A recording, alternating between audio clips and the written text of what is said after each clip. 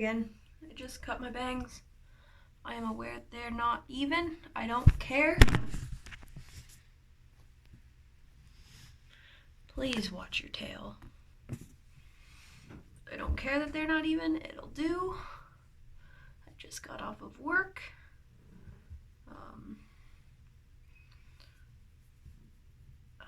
Feeling kind of happy today, I guess. Or not happy, but like, I don't know, it's been kind of a good day. Maybe it's because I'm making chicken buffalo sandwiches for dinner, and I'm excited for that. Work was pretty slow. I got my mirror. I got a new mirror in because my old one broke for doing my makeup. I got my thigh-high socks in. I convinced my dad to come see me at work tomorrow, which is nice. Yeah. These are what good days look like. They're not like super happy days or like I'm jumping up and down like, yeah, and I want to go do a bunch of different stuff, but like, and I'm a bit sad because I think I have someone who, I don't know if they're my friend anymore, but they were my friend, and they've been trying to hang out with me, and I'm really bad at sometimes getting out of the house. And I'm also just, over the past 6 months, I moved, I changed jobs, I broke up with my long-term partner, a lot of stuff kind of happened, and they're pregnant, so I wasn't really making time for them, and I feel bad, but I can't blame them, and I'm sad if they don't want to be my friend anymore because they're a great person, and I'm really happy for her, but if she doesn't want to be my friend anymore, then that's her choice, and I'm not going to be upset with her about it. Did a bunch of laundry yesterday. I brought it home. Last night we watched TV and played some video games. We finished a TV show. My sink did that sound. There were some good moments. Again, I don't know if I'm just putting meaning onto things that don't have any meaning, but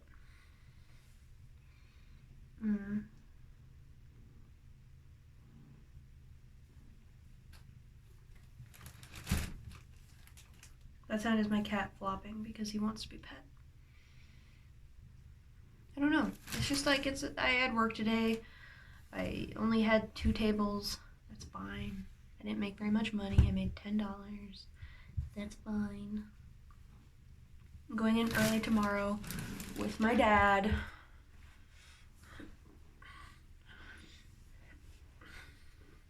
Bruce is a big baby who demands attention and to be close.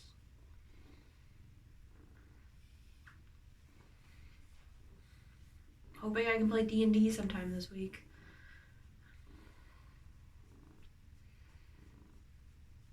I don't know. Good days aren't like big deals, I guess. They're not insane. They're not these huge crazy things that like you think.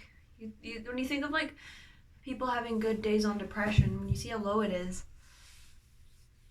a good day is just a day where like I don't have any negative self-thoughts for the most part. I mean, I did have a bit when I was thinking about like my actions potentially losing that friend, but at the same time I'm like, they're my actions and I need to keep working on them and being better. But I cherish that friendship with that person even if it's over, and I think that they're a great person, and I'm so happy for them and their family, and that she's come so far in the years I've known her.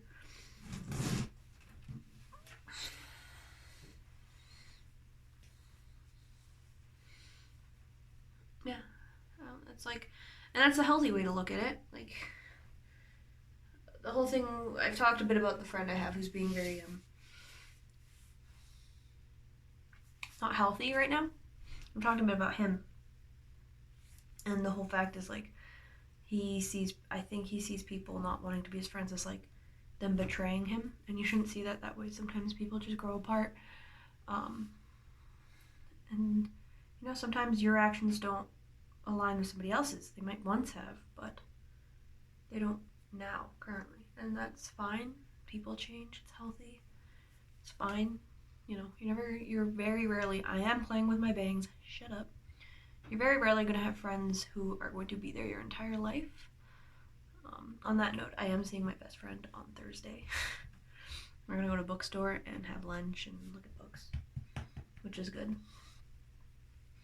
But you're very rarely going to have people who are in your life your entire life. I don't think life is about trying to hold on to as many people as you can, but touching as many people as you can. You know? You can't hold on to everything, but you can... you can't hold on to everything, but you can try to make an impact and touch people and, you know, make their lives better. And sometimes you are going to make people's lives not great. They're like, that's just an inverted.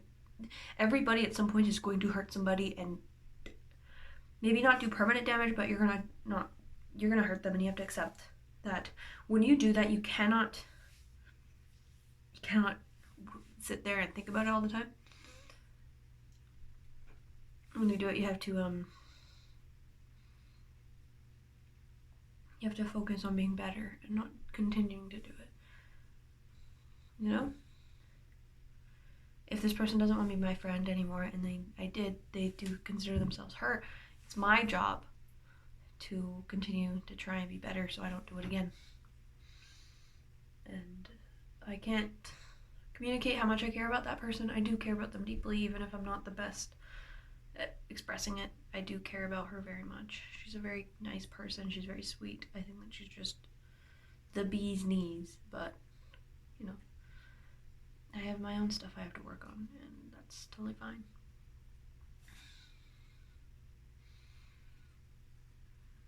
Yeah. I heard the whole thing that, like, Jake Paul said recently, where he was like, anxiety, you know, it's, I don't know the exact tweet, but it was stupid.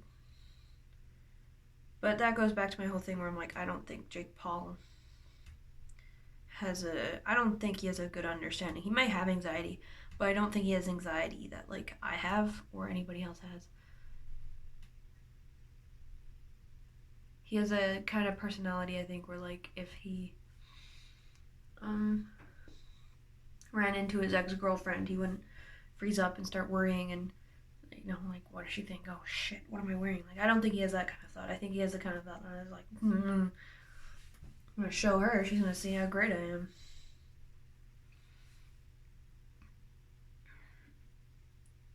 But I think people in that sphere have a very different mentality because they have to.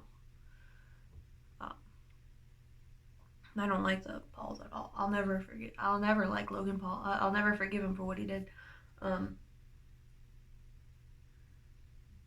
I didn't even watch the video because I wouldn't. It showed up in my recommended, but I would not watch it, and I still will not, and I will never watch Logan Paul's content, and I don't care what excuse he wants to give. I am the same age as him, and I know what he did was wrong.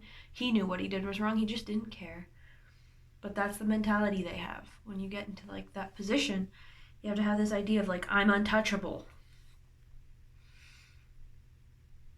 Because if you don't, you're going to sit there, you're going to start like me and just constantly be like, what am I doing wrong? Like, no, you have to continue just working. If you mess up, you apologize, and you just keep going. Like my sister is a goalie. She coaches now, but my little sister, she used to be a hockey player, and the one thing my dad would always tell her, and the one thing we'd be really proud of with her is the fact that when she misses the puck, she doesn't beat herself up. When she misses the puck, she is getting up and just continuing. Like, she doesn't let it, you can't let it bog you down. You make mistakes, you gotta keep moving. And I think for people who are not, for regular people, when we make mistakes, they bog us down. And it's hard because, like, we're trained to just kind of dwell on our mistakes, and that's not healthy. It's like how I think a lot of us have been taught to not think good things about ourselves because we think it's narcissistic. It's not narcissistic to look at yourself sometimes and go, oh, I look nice, or oh, I am a good person, or I'm pretty funny. It's not narcissistic. It becomes narcissistic when you're not willing to also look at the bad things about yourself, like, I'm kind of lazy, or I'm not always the best at cleaning, or I have a problem with reaching out to people. And like, when you're not willing to look at those parts of yourself is when you're being a narcissist. But you have to also be willing to look at the good parts of yourself. Narcissists don't think they can be better. Look at Onision. Like, he's a narcissist. He doesn't think he can be a better person because, in his opinion, he is the best person he can be. Also, man, Onision and Kai can go straight to prison. Pieces of shit. I've been following. I had a friend who liked Onision, and she showed me the video where he talks about circumcision, and like, I agree. I don't think that circumcision should be mandatory. I think it's mutilation, but it's a whole other conversation. But then I remember I heard about him and like I looked him up on my own and I was like, oh my god, this guy's like insane. And I grew up not too far away from where one of his girlfriends did, Shiloh. I live in Saskatchewan, Canada. That's where Shiloh is from. And I listened to Shiloh when I'm not much younger than Shiloh. I listened to Shiloh when I was growing up. And I always wondered, like, what happened? I really liked her music. My neighbors are walking through the hallway. I liked Shiloh when I was a kid. And, like, I listened to music, never knew what happened. Hearing all of it and, like, seeing the stuff that he did, I was like, oh, this is awful. And I was pretty young. This was before I went to school. And watching Sarah and Billy and Isla and Regina and Shiloh and just watching everybody just dogpile these pieces of shit has been so satisfying. Like, I've been waiting so long to watch Onision just get crushed by the people that he's hurt. And you know, Kai had every opportunity to not be a piece of shit either, but Kai let themselves be put in this position and has put the priority of everybody else second, which shows to me that Kai is just as bad as their spouse and deserves the same punishment. It's been great watching it. I mean, I feel so bad for everybody who has been victimized by Onision and Kai. Like, I wish I could just give Sarah a hug and be like, I watched you for so long and I could see what they were doing and it made me so sick, but I knew that, like, you're not gonna see it until you can. And unfortunately, the way that you had to see it was such an awful way. And if I could have just grabbed you then and shook you until you understood, I would have, but it wouldn't have worked. And I'm happy that you're out of that situation now, and I'm so sorry for all the hurt you've gone through.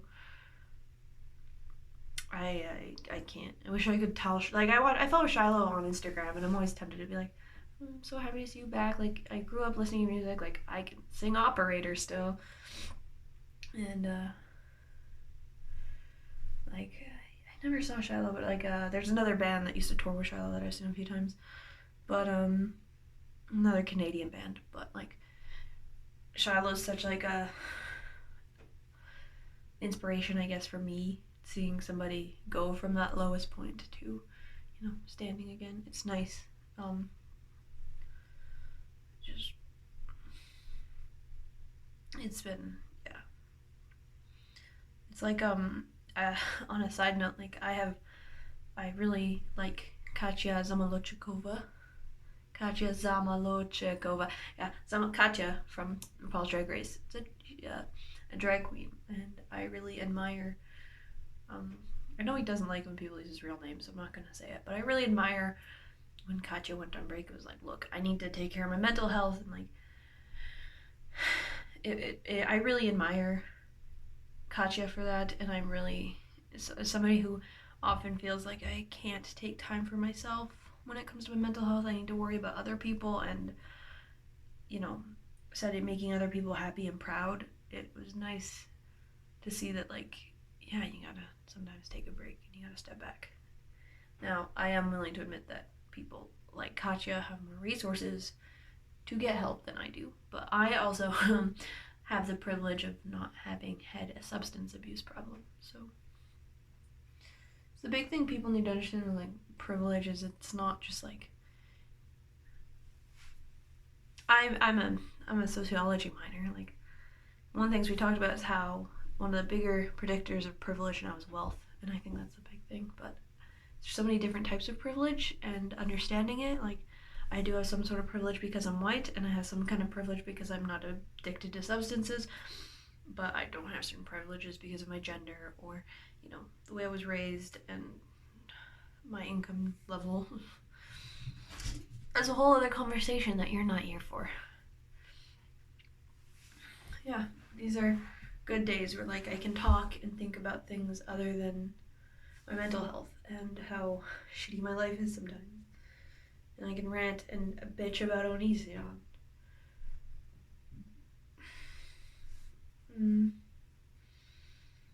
Yeah, I should probably take a shower. I have to take a shower and then make dinner. Hopefully I can play some of The Sims before, but I have to prepare. I've never made cooked with panko before, so that's gonna be a challenge. But yeah. Anyways, I hope everybody's doing good. I know nobody watches these, but if somebody stumbles upon this, I hope you're doing good. I hope at some point when you're watching this, Onision is in prison. And Kai. Yeah. That's all. This is a good day. Where I can focus on growing and not letting what would normally knock me down do that. Yeah. I'm gonna go make dinner now. Bye, guys.